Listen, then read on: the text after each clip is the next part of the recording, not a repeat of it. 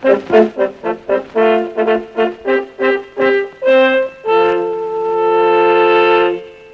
and two for three.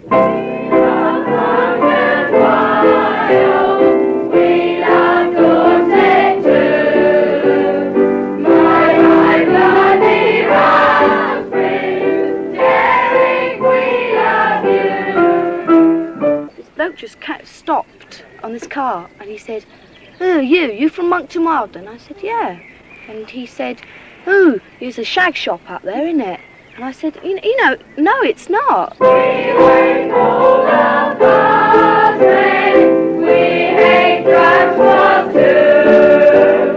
My bloody hashish, that's what we do. You grow up, you don't become sort of some kind of plasticized dummy going to a secondary modern. You don't all wear the same clothes, you don't all look the same, have the same ideas. You get people with just different ideas and you can put forward your ideas and people listen to them. They don't just think, Christ, she's crazy.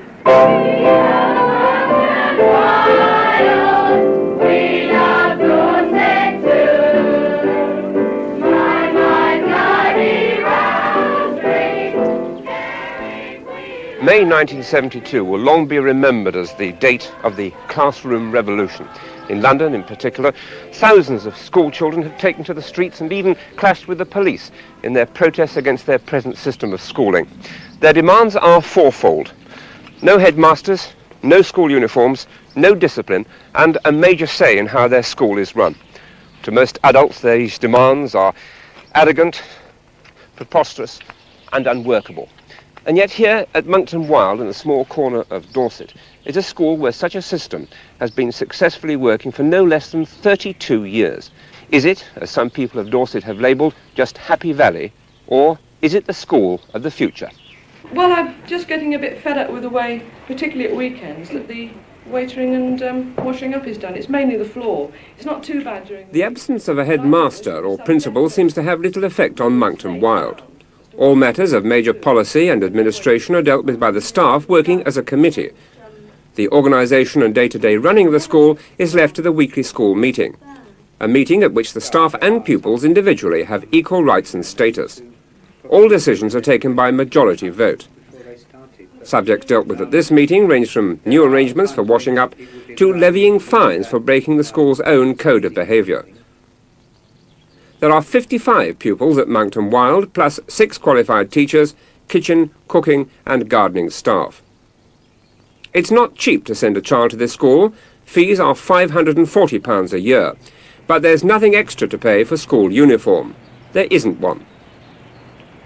Although the school has an income of about £27,000 a year, expenses are high and decorating is low on the list of priorities. Critics of Monkton Wyld have been known to call it downright scruffy. Christopher Fasnage has been teaching at the school for 9 years. I suppose in terms of the conventional sort of school, it is tatty and scruffy, although there are plenty of big comprehensive schools that I would think in terms of things like writing on the walls and so on were no cleaner or tidier than ours are. But I don't think one needs to justify decisions like allowing children to wear the sort of clothes that they would wear if they were at home. And in terms of things like that, most of our children, when they go out, particularly if they're going out on occasions, in fact look very nice and they dress up and they're very much concerned about what their appearance is like. When they're running around the school, we think the matter of tidiness and scruffiness in the terms in which it's usually put about children, with things like long hair. We think this is irrelevant really to what education is concerned with, and we think that people have a perfect right to wear what they like and look what they like in an atmosphere like this. Well, I don't know. I think we live here and most people's homes are vaguely scruffy when you live in it. Some of that place is quite dirty, isn't it, really? Well, and the same with people's homes as well. Because I just don't reckon that unless you're going to fork out a hell of a lot of money on getting au pairs and people to tidy up all the time, you can live in a place and keep it completely tidy and be happy. I didn't dream that they'd be as scruffy as this. When I started my term, I came along, I had my all new clothes on, and I saw them in patched jeans and rugged shirts and things like that. So they called me a puff, so They called you a puff. So I changed back into something as near scruffy as I could get. Let's take this one that you're lost on. Which one is it, first of all? That one, I think. 3-3. There's no timetable at this school. All activities from reading to photography are considered educational. 3 hours each morning are devoted to conventional academic-type studies. A qualified teacher mans each one of the 6 classrooms, ready to teach maths, history, geography, English or science. But it's left to the children to decide which classroom they'll go to. And even when they're in class, they're allowed to learn at their own pace, or perhaps not at all. It's true that sometimes when children come here, if they're used to a conventional timetable, then they spend quite a lot of time testing us out to see whether we're really interested in their learning anything. And so there are some children who spend quite a while not doing very much in the terms of that you would call work in a conventional school. However, we believe something which in itself is not very original, but that is that children work best at what they're most interested in. And therefore we try and take up straight away their principal interest or interests and encourage that in learning terms. Please, look, just listen. I can't hear myself think. I can't hear myself speak. Bruce can't hear me speaking either. So we can't carry on like this. Now stop making so much row, okay? Many educationalists believe that freedom of the kind found at Monkton Wyld will result in children becoming qualified in only the subject that they most like. Well, all I can say is that in practice it doesn't work out that way, because children have a great deal more innate intelligence than lots of adults would be prepared to allow them. And children frequently find their own level. Yeah, it's quite surprising. You work at your own pace. That's the nice thing about this place. Though sometimes you get really disheartened and you think, what the hell am I doing here? Do you do any work? I'm taking A-levels, so I ought to be. I am. What do you think you get out of being here that you wouldn't perhaps have had at other schools? A lot of freedom, especially when I was younger. But do you think freedom's a good thing for children? I do, because it helps you make your own decisions later on. I think it's very important, so you don't get kind of stuck with, I think it just helps altogether. There is discipline at Monkton Wyld, and punishments too. Children found breaking school rules end up doing domestic chores, cleaning, washing up, and even stoking the boilers. Other penalties include the withholding of pocket money. There are no formal dormitories. Children usually share a room with 3 others. All are responsible for keeping the room clean. 4 baths a week are compulsory, but critics of the school still claim the children are scruffy and suffer from a lack of personal hygiene. I think you're being a little bit harsh about them. If you thought about their appearance and their hygiene in relation to children in a setting which you didn't immediately think about as school, in a home setting. Most of the children who walk around here, the sort of clothes that they wear are clothes which they would wear in their homes. I don't think there's anything particularly peculiar about the clothes they wear. The clothes they wear are relaxed. A lot of them wear jeans and sweaters. The fact that they have long hair these days does not separate them out from other children. In fact, it's rather strange that when you see people from Monkton Wyld in the local towns, now they look a great deal less conspicuous than they did when I first came here about 7 years ago, when we used to say the girls weren't allowed to wear trousers when they went down the town because they looked odd. Now they don't. I think that in that sense, what children look like has caught up with us. I don't think we're way out anymore. I like my hair this way. I think it's comfortable, and I don't think it's anybody else's business about how I wear my hair. I really like it this way. I don't believe in uniformed robots. I just wish people would respect each other, the way they dress. If they feel comfortable that way, it's fine to me, as far as I'm concerned. Why do you wear that hat? Because I like it. Well, it's an old man's bowler hat. You don't have to look at it then, because I like it, you see. I'm not going to change the way I am just for other people. Why should I? Are you trying to impress people, other people here at the school? No, I just dress the way I feel like. Well, some people would say you're a bunch of squares by the way you dress. But do you think we're a bunch of squares? No, because I don't know you. I mean, you may be. There's a difference. I noticed you because you're so completely different from everyone else here. You have short hair, you have, reasonable, normal clothes. Why? I'm just that way. I can't be bothered. I can't be bothered to be different. It's too much of an effort.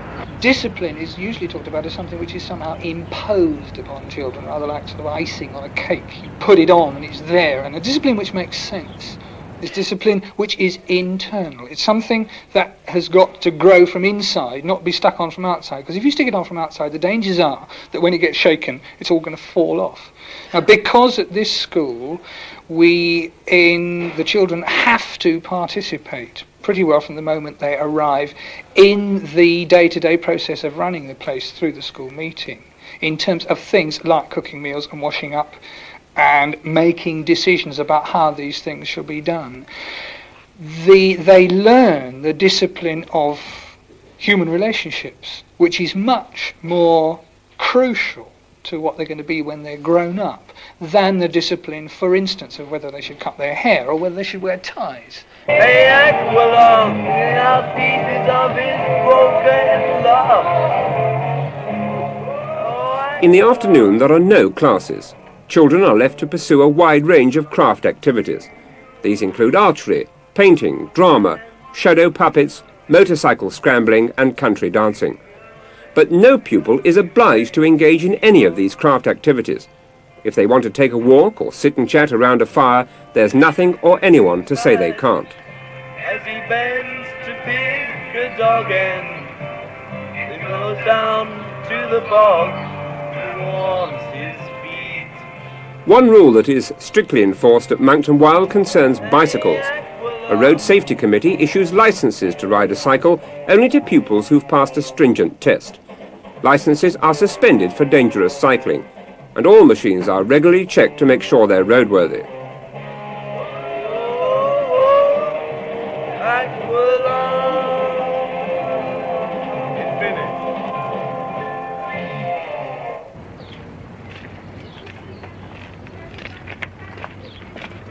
Stan Marchant, a former soldier, is in charge of maintenance at the school. How conscious is he of an apparent lack of conventional discipline? Well, there's quite, it's more than you think, you know. There's quite a lot of discipline, really. It just appears to be, you know, just easy going. What are you going to do with that lot up there, in the bucket there? Actually, somebody put their foot through a ceiling, so I'm going to put a couple of locks on so they can't get up in the attic. It seems to us, from the point of view of the staff, that young people, boys and girls, want to smoke, quite a lot of them. And from our conversations with people from other schools, it seems to us, and from our own memories of our school days, children do smoke. Cigarettes are freely available, and shopkeepers are usually quite willing to sell them to children who want them. Now, most schools forbid this. They say this is wrong. Children are not allowed to smoke. They either get sent home or they get heavily disciplined if they're found doing so. What we say is that we think the decision about smoking is crucial enough for it to involve the whole school. So this is a matter which goes to the school meeting. And we have fairly rigid rules about this now, one of which says that nobody is allowed to smoke inside the house. You're allowed to smoke when you're 14. And if you get caught giving cigarettes or lights or drags to people under 14, then you get fined fairly heavily by the school meeting. This seems to us to be an acceptance of a reality, and quite frankly, we would feel, I think, it quite hypocritical for us to say nobody shall smoke and the staff will impose heavy penalties on people for doing this, and then knowing perfectly well that people would go off and do it behind the bushes. Debbie, you're very grown up for a 12-year-old. Do you feel grown up being here? Yes, I do really, but I mean, people here, to me, grown up. The problems of adolescents growing up and becoming sexually aware of each other is one that faces all co-educational schools. But most of them have an iron framework of discipline to suppress these problems. At Monkton Wyld, it's different. We attempt to see the sexual relationship between children as just part of human relations generally. It seems to us that a lot of people today are, because they're worried about the attitude of many adolescents towards sex are very frightened by this and want to cover it up and to impose a great deal of restriction. If children have sexual intercourse at Monkton Wyld, they are expelled, and they all know this from when they come, because we don't feel that it is possible for a school to countenance, to allow sexual intercourse even between children who are of the age at which the law would allow. I don't consider it as a rule. It doesn't sort of affect me as a rule. I'm conscious that we're not allowed to make love, here in the grounds, but if you're going to, you're going to. If you're not, you're not, One major criticism of all boarding schools is that they're merely receptacles into which adults can offload their parental responsibilities. Do the pupils of Monkton Wyld feel they've been abandoned? I did at first, yes. It's a very good school now, and I look forward to going. Well, how do you feel about going home, when you go home at the holidays? It's a kind of novelty at first, but you get tired of your parents. I don't feel really. I just arrive. Not really. I'd rather be here. I like going home. I do like going home, really, and I like staying here. I mean, when I stay at home, I think, oh, can I go back to school, I get bored, and when I stay here for a long time, then I think, oh, can I go back home, because I get bored, It's one big vicious circle. Meal times at Monkton Wyld are little different from any other school, except that all the serving and waitering is done by the children themselves. The food looked good, plentiful, and a well-balanced diet. In view of the opinion most children have of school meals, complaints were remarkably few. Children can start at Monkton Wyld at 10 years old. They're selected after a searching interview by the staff. I don't think we're looking for anything specific at all, other than simply that the child wants to come. I'd never want to take anyone here just because his or her parents thought it was a good thing for them to come. And if it's me who's interviewing the children, and I don't do it all the time, one of the questions I always ask is, do you want to come, or is it just that your parents think it would be a good thing? I think it's easier to say what we're not looking for, and that is really what I've said before. That's somebody who's got problems which are likely to lead to aggression of some kind, which would be likely to affect other people, to affect the younger people perhaps. But there's no Monkton Wyld type at all. Nick, how did you come to Monkton Wyld School? Well, it all started sort of years ago. Went through this sort of state education from 5. They mangled me through the works. And I had a reading problem, dyslexia, that's a sort of word blindness. I find it very difficult to cope with words, and the state education as it is at the moment, it couldn't deal with me and my problem. Last year, the school was raided by a drug squad of Dorset County Police. 3 children later appeared at juvenile court on charges of possessing cannabis and were convicted. Critics of the school were quick to seize on the convictions as a clear illustration of where the so-called permissive schools go wrong. Chris Fasnage.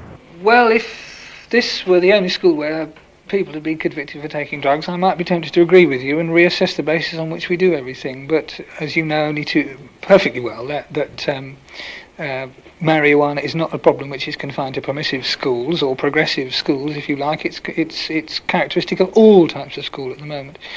But other schools perhaps are more easily able to deal with it because of their system of discipline. No, I think that is not the case. I think that the system of discipline, so-called, which a lot of schools run, is far more likely to cause the staff of those schools and the authorities in those schools to be a great deal less aware of exactly how much is going on.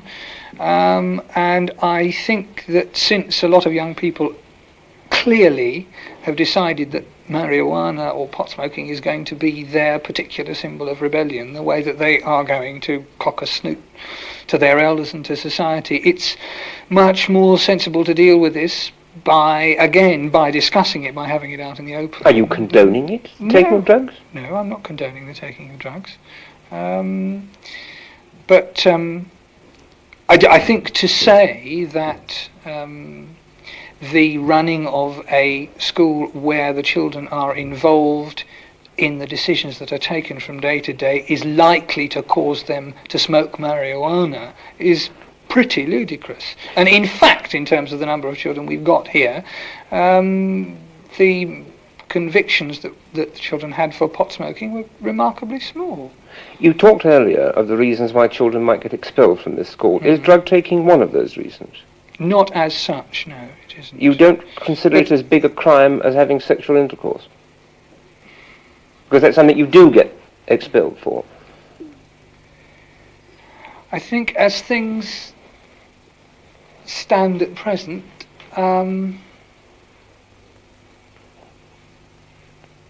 it's difficult to answer this one.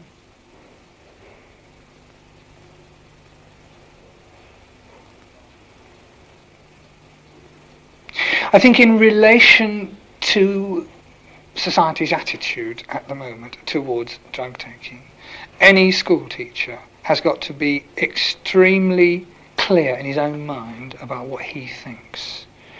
And it would be foolish to encourage children to think that they could smoke marijuana if they wanted to without running any risks of any kind. But I think in terms of the likely effects on other children, the incidence of sexual intercourse amongst older pupils, if approved and condoned like that, would probably be more serious. At the last school meeting there was no opposition, even encouragement from the staff, when a senior boy proposed the ultimate in pupil power, a say in the appointment of a new member of staff. New member of staff to take over languages. I thought it'd be a good idea that the staff, we had some sort of, we could sort of make recommendations to the staff. Because after all, they're going to teach us. I think probably what we do for a lot of children is quite simply to leave them alone to do that. We take pressure off children by giving them a different sort of security, by giving them an interest from an academic point of view in a subject which they can learn in a way that perhaps they haven't done it before. But much more important than that, I think we're able to give them this quality of acceptance, which I mentioned before, which I think is fundamental to all teaching. It seems to me that the sort of relationship that one has with children ought to be one in which they can sort out their own conflicts in security with the adults who are responsible for them. And I think in order for this to happen, this has got to be free. Kind of roots. Loch Ness Monster in the mine. Yes, there is. Yes, there is. There's a Loch Ness Monster in the mine. Yes, there is. Oh, yes, there is. An unknown 18th century intellectual once wrote, "To properly teach a child, it's not enough that he should learn to read, to write, and to calculate all matters scientific, but that also he should be well-mannered and fitted to help his fellow man." Well, those words could well have been written about Monkton Wyld School. Although some of the children here may not be the most academically brilliant in the West Country, although some of them do go on to university, in the few days I've been here, I found them to be possessed of a quality which I think is equally important. They're happy children. My space with me.